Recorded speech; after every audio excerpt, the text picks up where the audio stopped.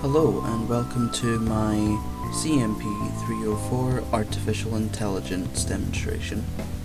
For this demonstration, I decided to build a system where two cars drive along the road and complete a track while attempting to stay as close to the road as possible. The two main AI techniques I'm going to demonstrate is a finite state machine car and a fuzzy logic car. Here we have the scene. The red car in this case will be demonstrating the state machine artificial intelligence, and the blue car will be representing the fuzzy logic artificial intelligence.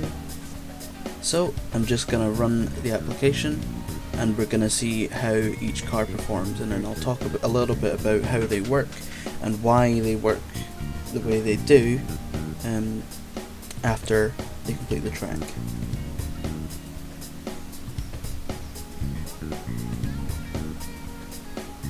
So as you can see here, here's the track, and the blue car is already way ahead of the red car thanks to fuzzy logic. The red car seems to be struggling a little bit. It's kind of going off the road a little bit in some areas. The blue car just coming up to the end here.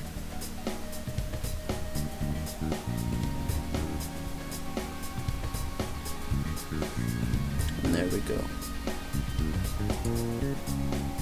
Finite state machine works as follows.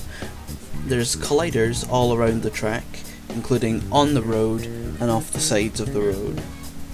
Whenever the car is on the road, the car rotates to face where the road is facing, essentially. This is thanks to colliders. The car is colliding with things that determine what way the road is facing. Similar to that, if the red car goes off the track, it will try to find its way back to the road by rotating left or right, respective of where it fell off the track. The blue car in this case, the fuzzy logic car, uses a more familiar approach if anyone's played any racing games, and that's a checkpoint system. When the application starts, the blue car looks for the first checkpoint, which is directly in front of it in this case. And every frame, the angle between the car's facing direction and the checkpoint's position are calculated. Using fuzzy logic and using a rule system, every frame the car rotates towards the checkpoint. This creates a much more natural look at how the car turns. I'll demonstrate it shortly, but in comparison to the red car, looks much more natural and sort of what you'd expect in a racing game.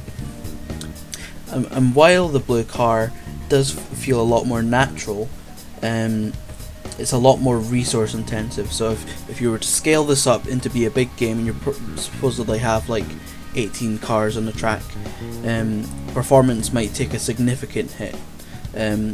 Unlike with the red car, if you'd have even 100 of those, it probably wouldn't even really affect the performance that much.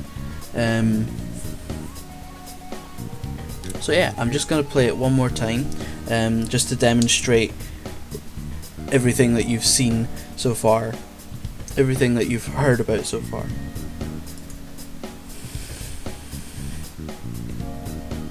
So as you can see here, I'm just going to follow the red car at the moment. When it's turning, you can see it looks a lot more robotic, and it's not really what you'd expect in a racing game. If I move over to the blue car, you'll see when it's turning to face the checkpoint, it's doing that every frame, so it's slowly rotating or trying to rotate fast, depending on how far away it is from the checkpoint.